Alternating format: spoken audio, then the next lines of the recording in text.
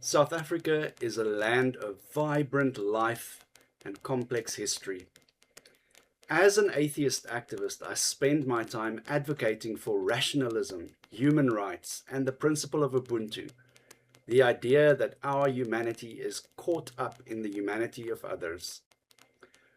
On the 2nd of March, I received an invitation.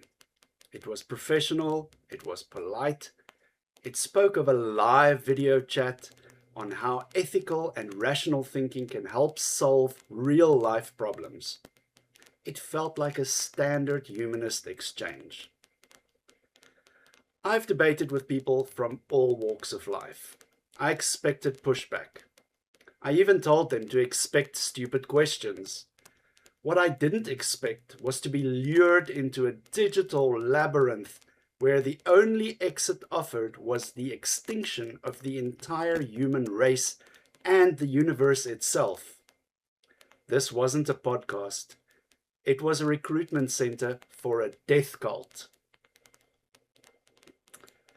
To the uninitiated, these terms sound like academic jargon, but in the dark underbelly of the internet, they are a call to arms.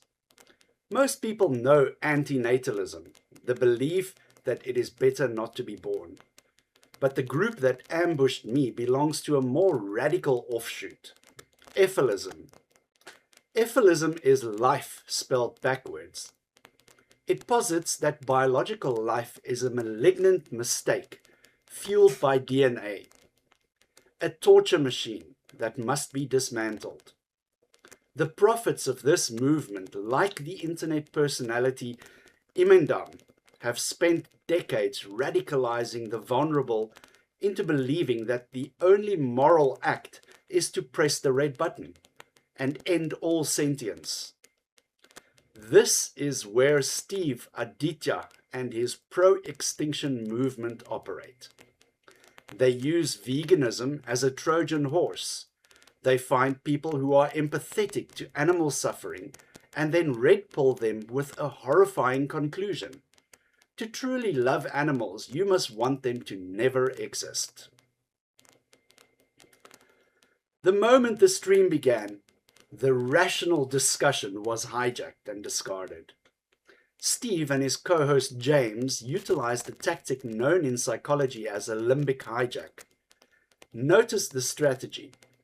By immediately flooding the guest's brain with graphic, non-consensual trauma, they bypass the prefrontal cortex, the part of the brain responsible for logic and nuance.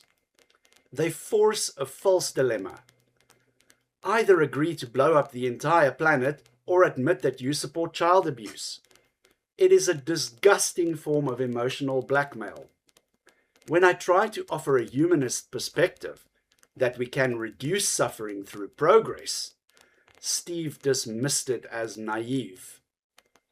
To this cult, any solution that isn't total destruction is a betrayal. If you go looking for the anti-suffering team online, the mask slips entirely. Though they scrub their history frequently, the receipts remain in the memories of those they have attacked. Steve has called mainstream veganism garbage. Why? Because it tries to save animals. To an ethicist, a healthy forest is a horror show because it allows for more births. I want you to look into this yourself. Search for their videos on habitat destruction.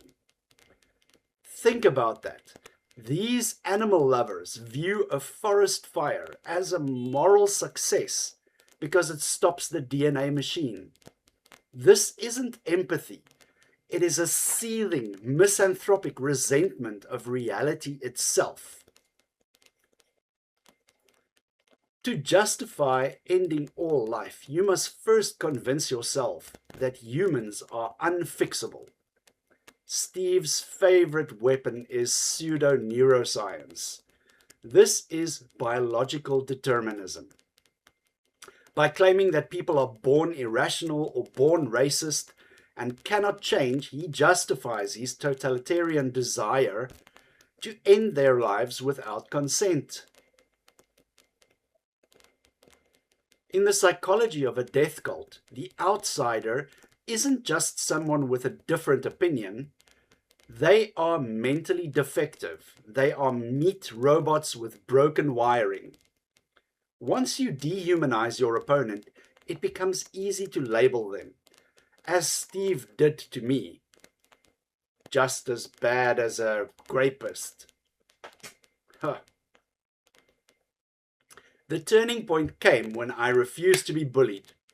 When I used his own logic against him, the rational facade shattered. This is what I call the prophet's rage. After I left, they retreated into their echo chamber. They didn't discuss the ethics of humanism. They mocked my marketing. They turned on their own audience.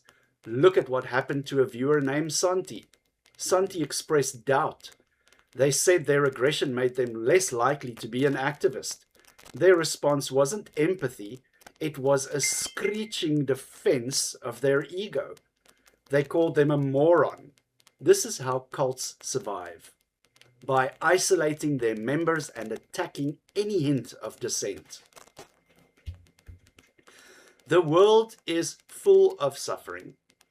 That is an undeniable truth. But as a humanist, I believe we have two choices. We can look at the darkness and decide to turn out the lights forever. Or we can look at the darkness and decide to build a better lamp. Proextinction offers the peace of the grave. They want you to surrender. They want you to believe that you are a broken machine in a broken world. I choose to stay in the fight. I choose Ubuntu. I choose the messy, complex, and beautiful struggle of being alive. Don't let the merchants of despair own this conversation. Recognize the psychology of the death cult and then choose to be human. Yeah, we agreed that from the beginning, and you should be able to name one thing that can justify child rape. To say that there is something that is worth thinking about more than child rape. That's it. So I am agreeing. I am So, 100%.